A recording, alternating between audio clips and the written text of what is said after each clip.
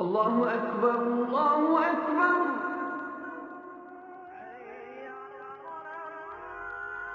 الله أكبر الله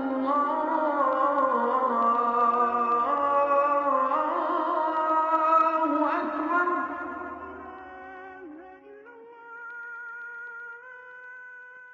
أعوذ بالله السميع العليم من الشيطان الرجيم. بسم الله الرحمن الرحيم، والصلاة والسلام على أشرف المرسلين سيدنا محمد وعلى آله وصحبه أجمعين.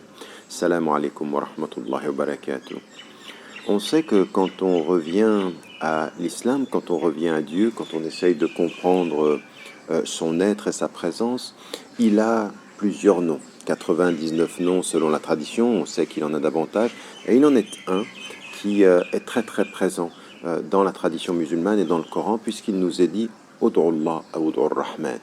Priez Dieu ou priez Ar-Rahman. Ar-Rahman, ici, c'est le miséricordieux, le tout miséricordieux. Il y a dans ce mot miséricorde plusieurs facettes. La miséricorde, c'est tout à la fois la générosité, la bonté de Dieu quand il nous reçoit, mais il y a aussi le fait du pardon et il y a aussi le fait de la compassion.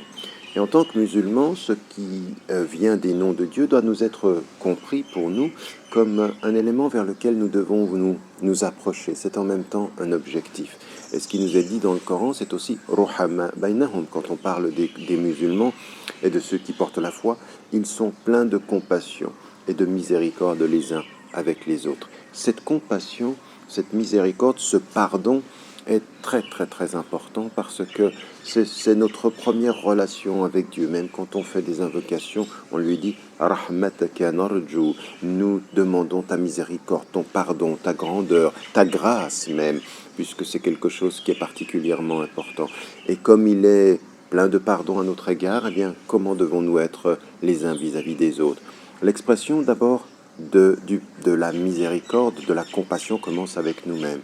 C'est-à-dire savoir que quelles que soient les erreurs que nous faisons, quelles que soient les fautes que nous avons faites dans le passé ou dans le présent, eh bien savoir se pardonner, demander à Dieu de pouvoir nous pardonner. Être plein de compassion à son égard. C'est ce qu'on trouve dans d'autres traditions. La tradition bouddhiste parle beaucoup de ceci, mais elle est très très très profondément ancrée dans la tradition musulmane, cette dimension de la compassion, cette dimension du pardon vis-à-vis de soi.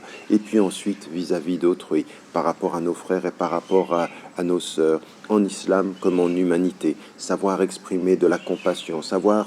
La compassion, c'est aussi savoir se mettre à la place des autres, de pouvoir comprendre ce qu'ils expérimentent dans leur vie. Ça aussi, c'est une démarche qui est particulièrement importante.